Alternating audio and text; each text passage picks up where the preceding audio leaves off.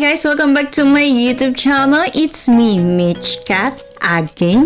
So, kung di ka pa nakaka-subscribe sa channel ko, please subscribe! Pag-click na button para updated ka sa mga video na susunod kong i-upload. Yes! So, for today's video, magagawa tayo ng isa na namang masarap na pang merienda at syempre, patok na patok pang business. Bukod sa madaling gawin, masarap, mura yung mga ingredients na talaga namang kikita ka.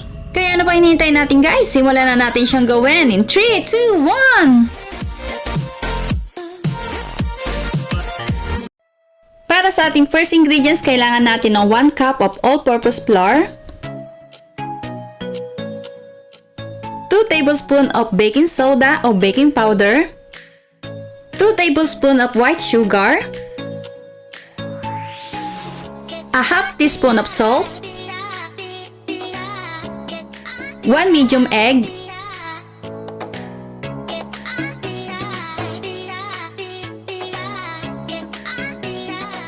half cup of water,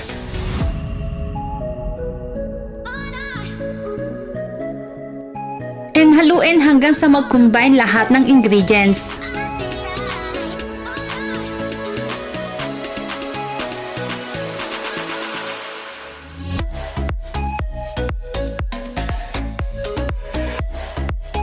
Naglagay ako ng food coloring para may konting kulay pero ito ay optional lang.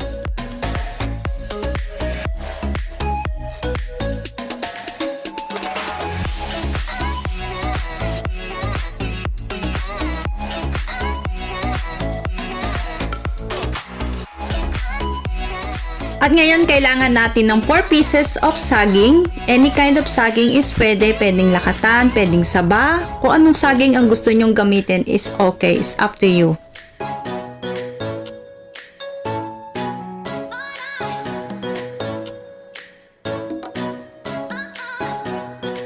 After nating mabalatan yung saging, hatiin natin sa gitna at i-cut ito into 10 pieces.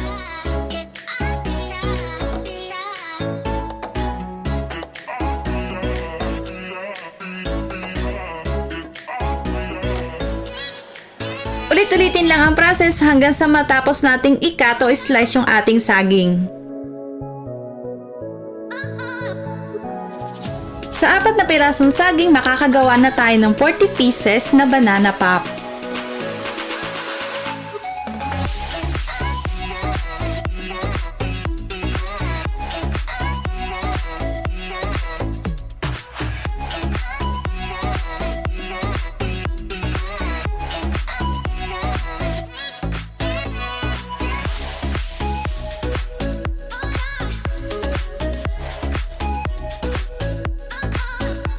And now, tapos na nating i-slice lahat ng saging. So, kinakailangan natin ng toothpick para doon natin itutusok yung ating mga slice na saging.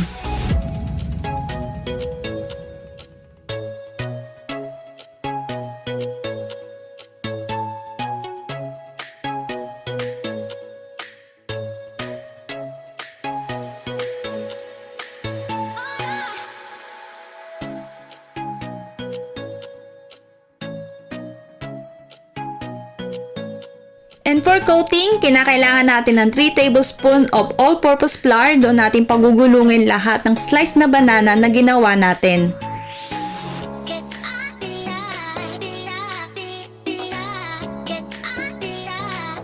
Madali lang tong gawin guys, para ka lang nagpupulbon ng wala ng bukas. Char!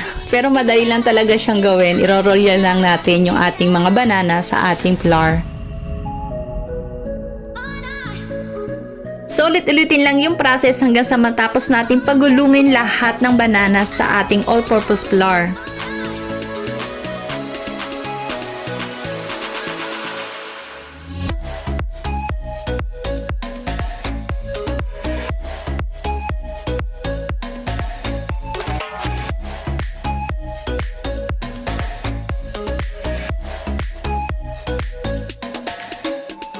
So, para na siyang espaso sa sobrang puti, so pwede na nating iprito lahat. So, kagaya ng ginagawa ko, i-dip lang natin yung ating sliced banana na kinote natin sa all-purpose flour dun sa ginawa nating mixture. At saka natin ilagay sa ating mainit na mantika. Ang way ng pagpiprito natin dito ay deep fry.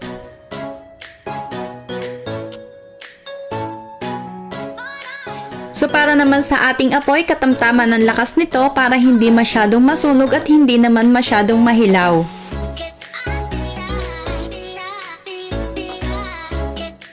Napakadali lang talaga ng process na to at talagang mag-i-enjoy ka. Imagine, dip ka lang ng dip and then lagay mo sa kawali para iprito.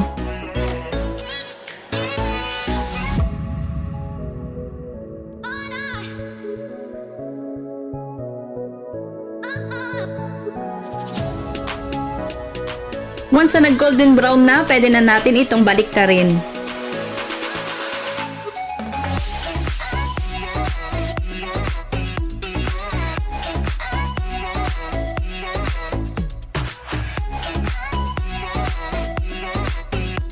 And now, pwede na nating hanguin at i-transfer sa ating mga plato.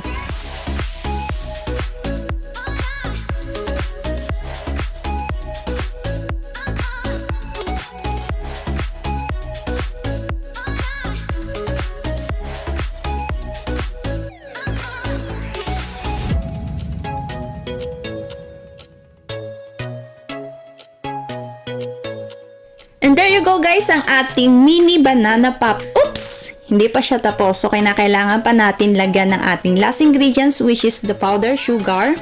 So idas lang natin yung ating powdered sugar sa ating mini banana pop using the strainer.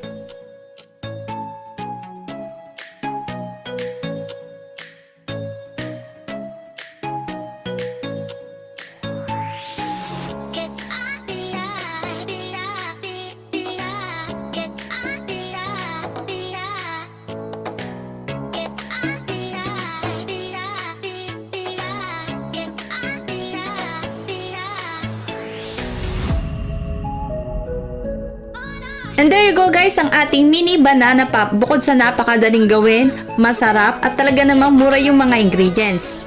So, kung nagustuhan mo ang video na to, don't forget to give me a like, comment, share, subscribe, and click the bell button para updated ka sa mga video na susunod kong i-upload.